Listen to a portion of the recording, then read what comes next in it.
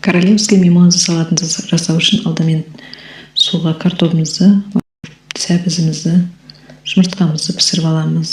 Содан кейін бір слой сәбізімізді саламыз. Әр слойдың арасына майонез жағып отырамыз. Оның үстіне картопымызды саламыз.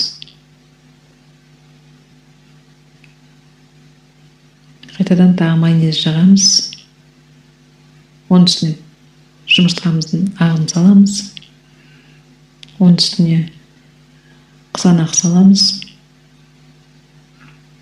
Және де аз тұздалған балықты салып, орай бастаймыз.